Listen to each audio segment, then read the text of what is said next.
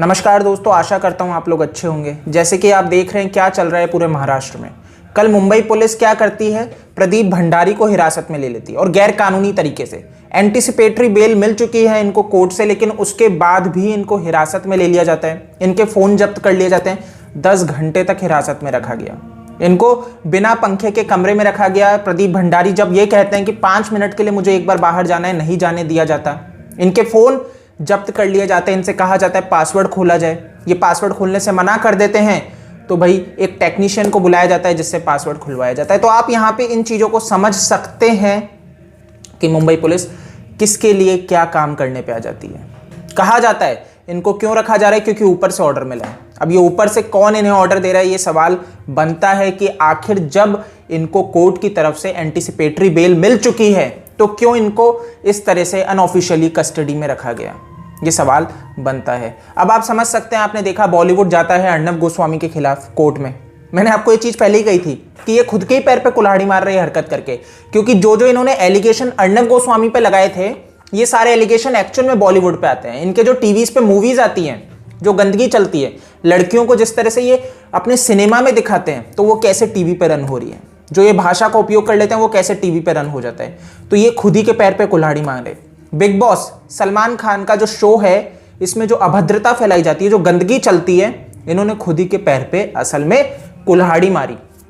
तो इन्होंने अपने लॉयर को, जो वकील था जिसने फाइल किया था, उसको हटा दिया, उसको बदल दिया, क्योंकि बॉलीवुड को समझ में आ गया हमने गलती की। अब आपको पता होगा जो पिछली कंप्लेंट थी उसके अंदर इन्होंने नाम लिया था प्रदीप भंडारी, अर्नब गोस्वामी और टाइम्स नाउ के नविका और राहुल। ये 4 जनों को ही टारगेट किया गया था कि बॉलीवुड को गंदा किया जा रहा है, बॉलीवुड की मतलब छवि बिगाड़ी जा रही है। और ये बॉलीवुड कौन है, जो भैया बहुत लोगों को रोजगार देता है और भारत की संस्कृति को दर्शाता है, भारत की संस्कृति को दर्शाता है। वाह।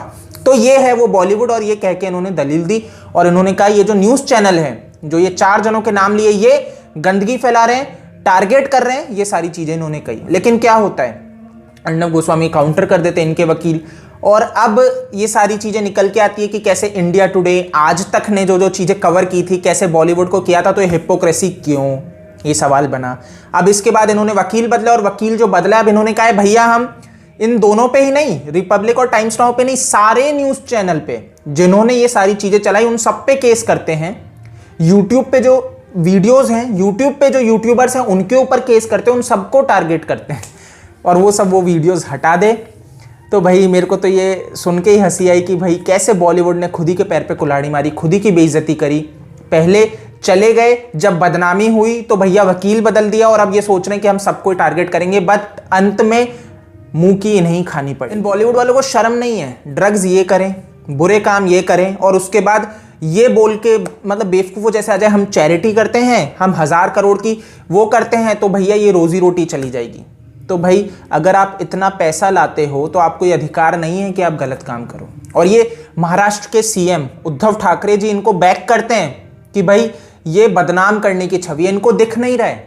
इन्हीं के जहाँ पे ये बैठते हैं, जिस मुंबई में, वहाँ पे जो गंदगी चल रही है बॉलीवुड में, इवन इनका बेटा तो मित्र है ना, ये खुद उठते बैठते हैं बॉलीवुड के लोगों के साथ। इनको ये चीज़ नहीं दिख रही है कि इनके महाराष्ट्र मुंबई में क्या चल रहा है, ये उसको बैक कर रहे हैं। तो यानी कि ये ड्रग्स इस गंदगी को बचा रहे हैं, ये महाराष्ट्र के सीएम उसमें साथ दे रहे हैं, उसमें भागीदारी बन रहे हैं, अगर ऐसे बॉलीवुड को ये बैक कर रहे हैं तो दोस्तों जैसे कि आपको पता है कि ये जो फेक टीआरपी स्कैम हुआ, जिसमें आईपीएस परमबीर सिंह जी अर्नब गोस्वामी को ब्लेम करते हैं कि रिपब्लिक टीवी का इसमें नाम है, हमारी इन्वेस्टिगेशन में आया है, और एफआईआर में कहीं पे जिक्र नहीं करते, इंडिया टुडे का नाम है। ये बहुत अच्छे से एक्सपोज होते हैं यहाँ पे, और ये वो इंडिया टुडे है जो फेक टीआरपी में रहा। हंसा जो बार्क के लिए काम करती है, सारी रिसर्च करती है, उन्होंने पूरी इन्वेस्टिगेशन की थी और उसमें इंडिया टुडे को दोषी पाया था, वही उन्होंने एफआईआर में जिक्र किया है। 7 पेज की एफआईआर में इंडिया टुडे का नाम है, रिपब्लिक का कहीं नाम ही नहीं होता। लेकिन ये आईपीएस परमबीर सिंह जी जिक्र करते हैं रिपब्लिक का, अर्नब गोस्वामी का, कि ये भाई फेक टीआरपी स्कैम में लिप्त हैं। लेकिन क्या होता है भैया, अर्नब गोस्वामी इनको एक्सपोज कर देते हैं कि इंडिया टुडे का नाम है।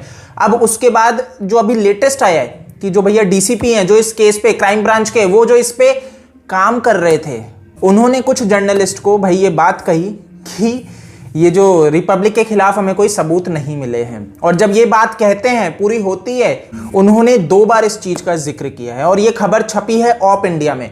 उन्होंने इसको काफी अच्छे से एक्सप्लेन करके डाला है कि कैसे ये जिक्र करते हैं 2 बार और मीडिया चैनल्स उसके बाद इनका ट्रांसफर कर दिया जाता है ट्रैफिक पुलिस संभालने के लिए, मुंबई का ट्रैफिक संभालने के लिए। और मतलब आप सोचो 6 महीने पहले ये साइबर क्राइम में आए थे और इनका ट्रांसफर हो जाता है। क्यों? क्योंकि ये बात कह देते हैं। क्यों भाई, ऐसा क्या दिक्कत आ जाता है, क्या प्रेशर आ जाता है? और उसके बाद ये बताया गया, जो जर्नलिस्ट जो वहां पे उस टाइम मीटिंग में थे, जिनको कहा गया, उन्होंने इस बात को रिवील किया है। और वो ये भी कहते हैं कि इनके जो एडिटर हैं उनके पास फोन पहुंच चुके थे ऊपर अधिकारियों से मुंबई पुलिस के कि इसको रिपोर्ट नहीं किया जाए।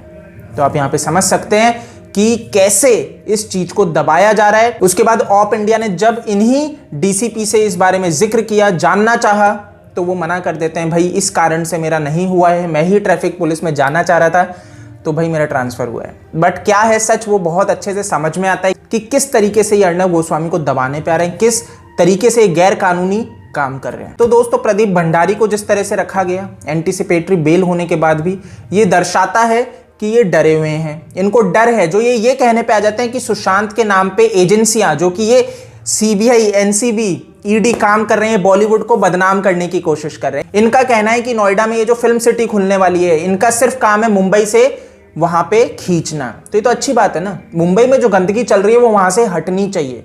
जो 38 नाम है जिन्होंने केस किया है, ये एक्चुअल में अपने आप को एक्सपोज कर चुके हैं, जिसमें ये 50-50, 55-55 वर्ष के ये बूढ़े लोग ये सोच रहे हैं कि भैया हम ही एक्टर बने रहे। नहीं, इनका सफाया होना चाहिए। जो 1000 करोड़ ये कमाते हैं, ये खुद तक ही खुद की जेब भरना चाहते हैं। 55 वर्ष का ये बूढ़ा व्यक्ति इतना अपने घमंड में जी रहा था कि बिग बॉस की टीआरपी तो आसमान छुएगी। जब वो गिरती है तो भैया इनके फैंस कूदते आते हैं कि भैया वो तो आईपीएल की वजह से गिरी है, नहीं तो हमारी टीआरपी आसमान छूती। मूर्ख नहीं है दुनिया। अपनी जेब से 300 रुपए लगा के जब आपको टिकट खरीदती है आपकी मूवीज की, और आपको आज सितारा बना दिया है, उसके बाद जब आप उनकी इज्जत नहीं करते हो, उनकी भावनाओं को ठेस पहुंचाते हो, तो वो आपको अगर 7वें आसमान पे पहुंचा दे तो नहीं हो सकता। आज आप उन्हीं के खिलाफ केस कर रहे हो तो भाई आपको तो नहीं उठाएगी। आपकी मूवीज बॉयकॉट होंगी, बॉलीवुड बॉयकॉट होगा। और इवन आपको ध्यान है लक्ष्मी बॉम्ब की स्थिति क्या चल रही है, अभी तक ट्रेंड कर रहा है ट्विटर पे। और ये अक्षय कुमार को था कि भैया लक्ष्मी बॉम्ब तो अच्छी जाएगी, दर्शक मुझे नहीं करेंगे, मैं एक वीडियो डाल दूंगा, दर्शक और खुश हो जाएंगे कि अक्षय कुमार ही बहुत ही लॉजिकल बातें करता है। बट ये इन्हीं के ऊपर पड़ गया। इनको ये नौबत आ गई कि लाइक और डिसलाइक छुपाने पड़ गए। क्यों? आप इन्हीं दर्शकों के, जिनसे आप उम्मीद करते हो कि आपकी पिक्चर देखें, और इन्हीं के रिएक्शन आपको छुपाने की अगर जरूरत पड़ जाती है, तो कहीं पे कुछ दाल में काला है, कहीं दाल में कुछ काला है। और आप नहीं बच सकते, क्योंकि आप रेडार में आ चुके हो इस भारत की पब्लिक के। आप कितनी कोशिश कर लो, आप सुशांत का नाम खराब करने की कोशिश कर लो, आप भारत की पब्लिक को बदनाम करने की कोशिश कर लो, लेकिन अंत में गिरेगा ये बॉलीवुड ही। दोस्तों, सुब्रमण्यम स्वामी भी मेरे को कुछ समझ में नहीं आ रहे हैं कि वो क्यों डॉक्टर सुधीर गुप्ता को बचाने पे आ चुके हैं। जब इनकी घर पे मीटिंग होती है, उसमें ऐसी क्या मीटिंग हो गई कि अब ये, मतलब ईश्वरण सिंह भंडारी जी ट्वीट करते हैं कि भाई इनको ये नहीं पता चल रहा कि कहां से भैया डॉक्टर सुधीर गुप्ता ने लीक करी है, जबकि ईश्वरण सिंह भंडारी इन्हीं के खास इस बारे में ट्वीट करें। तो यार ये चीज एक समझने वाली है कि एकदम से हिपोक्रेसी क्यों आ गई, क्यों आप डॉक्टर सुधीर गुप्ता को बचा रहे हो, कि अब आपको ये चीज नहीं दिख रही है कि डॉक्टर सुधीर गुप्ता ने कुछ लीक किया है, जबकि ईश्वरण सिंह भंडारी जी ने इसको ट्वीट किया था। तो कुछ यहां पे राजनीति हो रही है, क्यों डॉक्टर सुब्रमण्यम स्वामी ऐसा कर रहे हैं। बट जो भी ये चीज खुलेगी, बट वो देर ना हो जाए। इसीलिए आपको क्या करना है, आपको मैं फिर कहना चाहूंगा, बिहार के जो बीजेपी के लीडर्स हैं उन पे प्रेशर बनाना बहुत जरूरी है, क्योंकि सुशांत केस में बिहार पॉलिटिक्स सबसे ज्यादा अहम रोल निभाती है।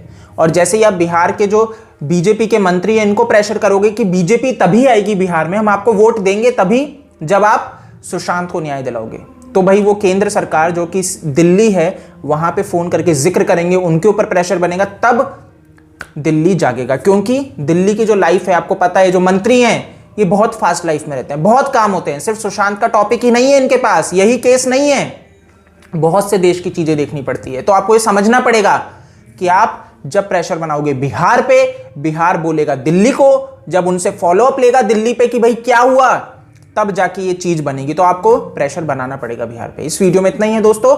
आप मेरे को फेसबुक, ट्विटर, इंस्टा पे डीएम कर सकते हैं, फॉलो कर सकते हैं। OSKD मेरा यूजर नेम है। जय हिंद।